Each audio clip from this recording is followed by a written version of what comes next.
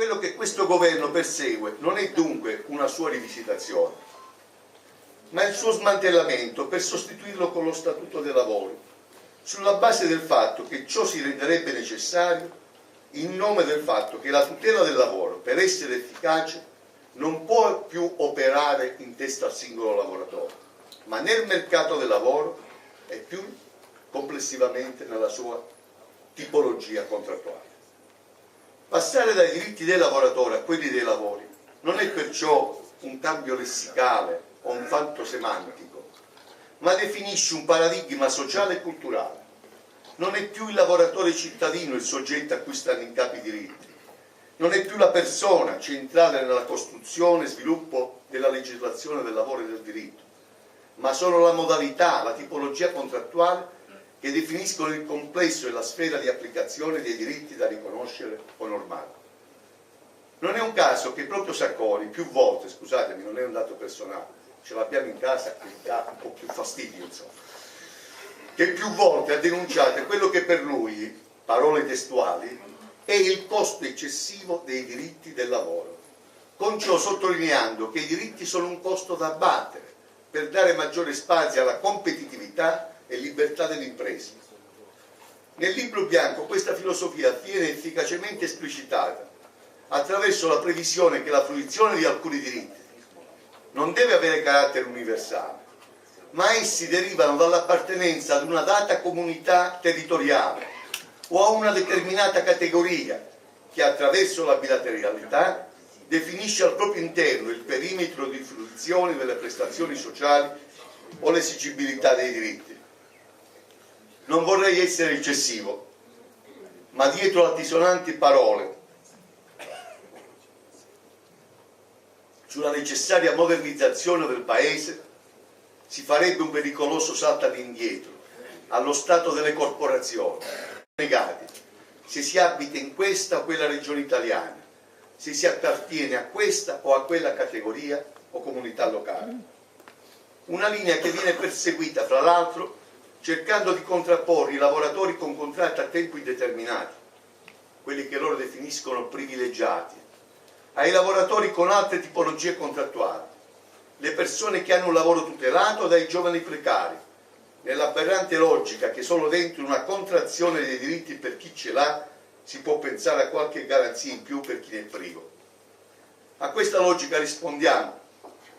non solo col fatto che bisogna ridare centralità al lavoro a tempo indeterminato, riducendo le tipologie contrattuali a quelle pochissime davvero utili e solo con precise causali, ma in ragione del fatto che proprio la situazione del mercato del lavoro e la vera e propria emergenza della condizione di difficoltà dei giovani nel lavoro impongono un'estensione dei diritti previsti nello Statuto e non una loro limitazione. Gli ultimi dati Istat ci dicono che siamo non solo un paese di vecchi, ma siamo il paese sviluppato con il più alto tasso di disoccupazione giovanile e con il più alto numero di lavori precari offerti alle persone giovani. Siamo anche quelli che hanno il maggior numero di giovani tra i 25 e i 34 anni, che non solo non studiano più, tra i 19 e i 34 anni, che non solo non studiano più, ma che non ricercano nemmeno più un lavoro. Disoccupazione che ha raggiunto picchi altissimi e che pongono seri problemi sullo stesso futuro del Paese. Il fenomeno, guardate, non riguarda più solo il Mezzogiorno, ma comincia, come dire, a mordere nella condizione sociale, civile e democratica anche di una regione sviluppata come il Veneto. Rispondere a questa vera e propria emergenza nazionale deve essere al centro delle scelte politiche da mettere in campo, anche e soprattutto in questa fase di crisi, rifuggendo dalla logica dei due tempi, prima il risanamento, poi il lavoro, con il secondo tempo che rischia di non venire mai. Si è cercato di far passare un orientamento culturale teso a identificare lo statuto dei lavoratori solo con l'articolo 18, che sicuramente ne è il pilastro portante, ma si dimentica volutamente che il complesso delle norme riguardano principi basilari del rispetto dei lavoratori e di promozione dell'azione sindacale, a partire dal principio che nessun lavoratore può essere licenziato senza giusta causa. Solo per citarne alcuni vorrei richiamare l'esercizio della libertà sindacale, il diritto d'assemblea, la presenza del sindacato nei luoghi di lavoro, la tutela dei singoli lavoratori da ogni forma di discriminazione, la libertà di sciopero, la regolazione del mercato del lavoro, l'esercizio e l'azione contrattuale, la democrazia, appunto, in ogni posto di lavoro. Come si evince, stiamo parlando di diritti di straordinaria attualità, senza i quali i lavoratori sarebbero alla mercé delle imprese e dei datori di lavoro,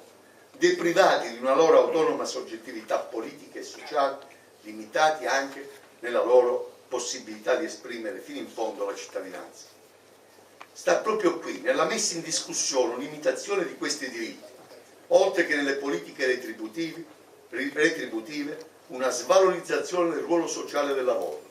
e del suo fondamentale valore di autoaffermazione delle persone.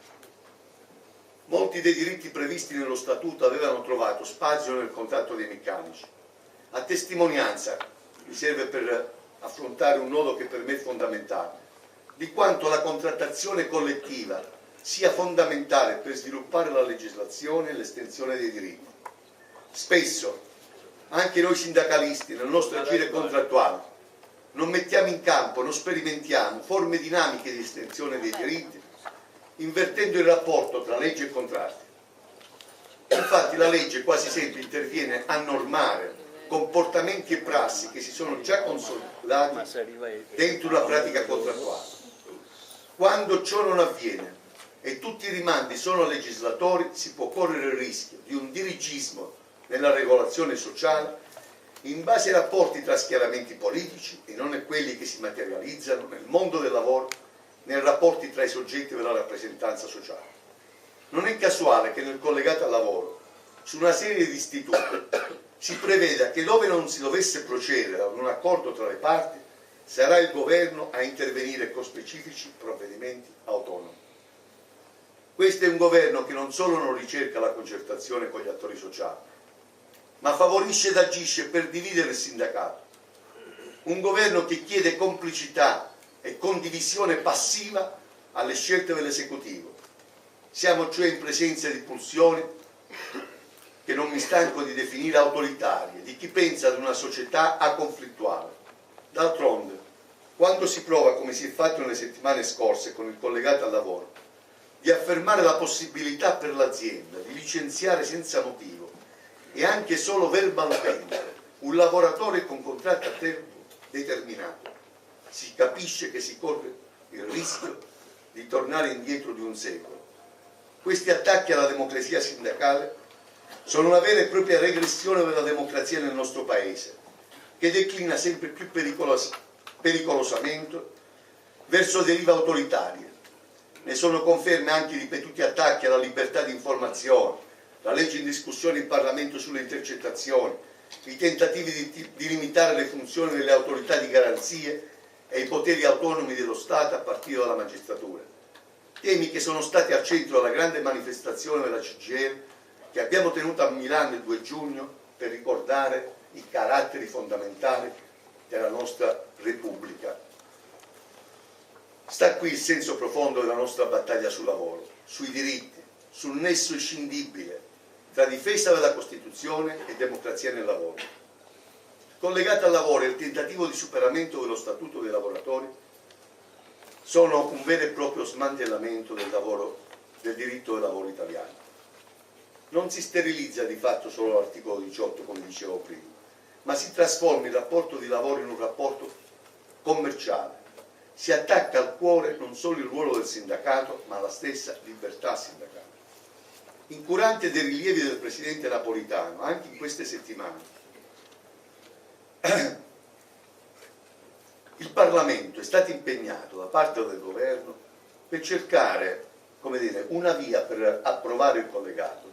sanando solo formalmente e non sostanzialmente i rilievi di legittimità costituzionali della legge in discussione.